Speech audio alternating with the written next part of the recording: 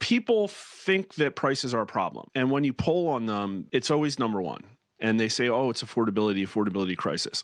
But you have to use the polling to go into a deeper root cause. It's things like, well, 75% of voters under 40 think housing prices is a crisis, and a significant chunk of them think they'll never own a house, the employment situation and all these other things. And so when Donald Trump and his administration look at the polling and say prices and then take it quite literally, in my opinion, that's not the winning play, because we're talking about systemic change. And we all know deep down that our system loves inflation. And so just stopping it means it's like, okay, well, you've contained the house fire to like one room, but your house is still burning down, right? You can maybe lower grocery prices somewhat, but the issue is that wages have stagnated for decades and people aren't getting the high paying jobs because all the jobs have been sent overseas and the corporations buy the houses and all these other things. There's been wealth hoarding with the fewer and fewer corporations driving the significant chunk of the stock market, and with like 10% of the population owning 93% of the wealth and financial assets. A lot of it's the boomer generation has hoarded a lot of wealth. So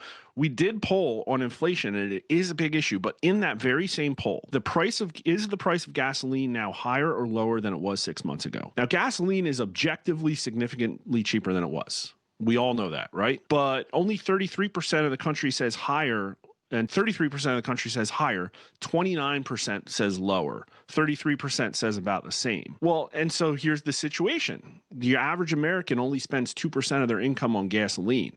And so you can objectively lower the price of gasoline, but you haven't gotten any credit for it because there's still an affordability crisis caused by corporatism and the global homo kleptocracy, essentially, this oligarchy. I could throw as many words as I need to at this problem. We all know that there's a major problem and the Republican Party is part of it. And so if the Republican Party can't fix this, the Democrat Party will.